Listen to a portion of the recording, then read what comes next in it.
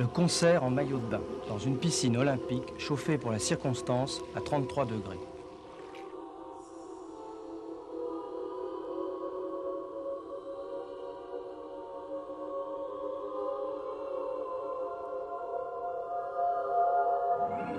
Tous les sens sont sollicités. Le son diffusé électriquement sous l'eau se propage 4 fois plus vite que dans l'air. À la fois sirène et ange gardien, les danseurs du groupe Ciro Carcatella accompagnent les participants. En se déplaçant dans le bassin, les nageurs modifient la partition musicale des ordinateurs, dirigée par le compositeur Michel Rodolphe. C'est un système qui est géré entièrement par des ordinateurs et qui a une intelligence artificielle. Là, il y a une intelligence artificielle, ce sont des robots musiciens qui sont... Et où est la part de l'artiste musicien? Ah mais c'est comme pour Frankenstein, on a fait le monstre. Sous l'œil d'une caméra reliée au système informatique, les nageurs sont à la fois interprètes et spectateurs de la trame musicale. C'est à partir de la simple reconnaissance de couleurs de bonnet de bain que l'ordinateur commande les jeux de lumière et les ondes sonores. Ce spectacle expérimental, cybernétique, qui fait place au rêve, satisfait ses participants.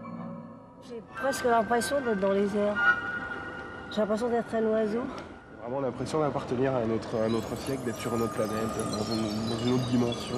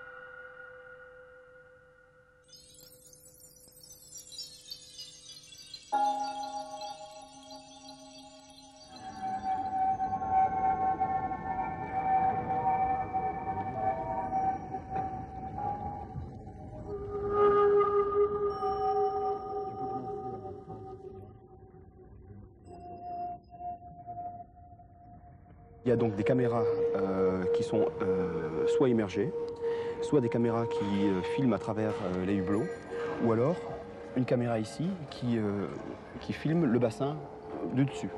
Alors, qu'est-ce qui se passe? Les danseurs et le public ont des couleurs qui ont été mémorisées. À partir du moment où la couleur concernée déclenche une de ces zones, on envoie donc un signal.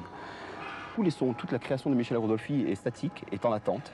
Donc s'il n'y a personne dans la piscine, il ne se passe rien. Si les gens modifient les zones, ils interviennent dans un programme de génération donc aléatoire qui déclenche un certain nombre de sons qui sont mis à disposition et qui peuvent être donc déclenchés. Donc toute la partition en fait est prévue à l'avance, si vous voulez, dans un état statique et elle est développée en temps réel par le déplacement du public. Et là, il y a des choix d'auteur parce que la théorie du chaos donc permet effectivement d'envoyer un certain nombre d'informations non contrôlées au départ, selon un algorithme mathématique précis. Mais ensuite, il y a la patte de l'auteur, du compositeur, qui vient appliquer des contraintes en fonction du résultat sonore.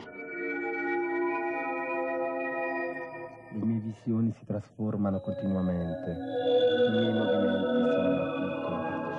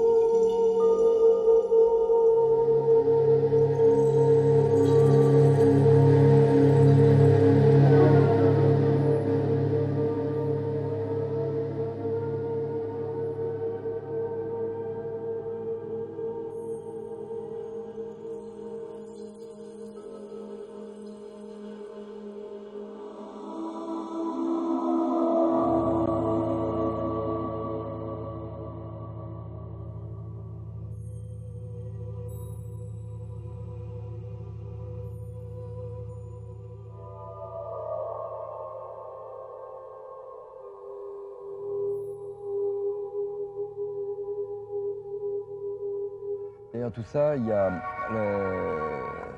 le désir de retrouver avec la musique un domaine qui nous est cher à tous en ce moment, c'est celui dit des réalités virtuelles. On a pris les mêmes outils, je dirais, que les créateurs d'images de synthèse, que les créateurs de ces expériences de réalité virtuelle, les mêmes systèmes informatiques, enfin, développés pour la musique, et l'auditeur pilote son environnement, modifie son environnement, vole à l'intérieur, descend et dans des perspectives vertigineuses, mais là, dans un monde réellement physique.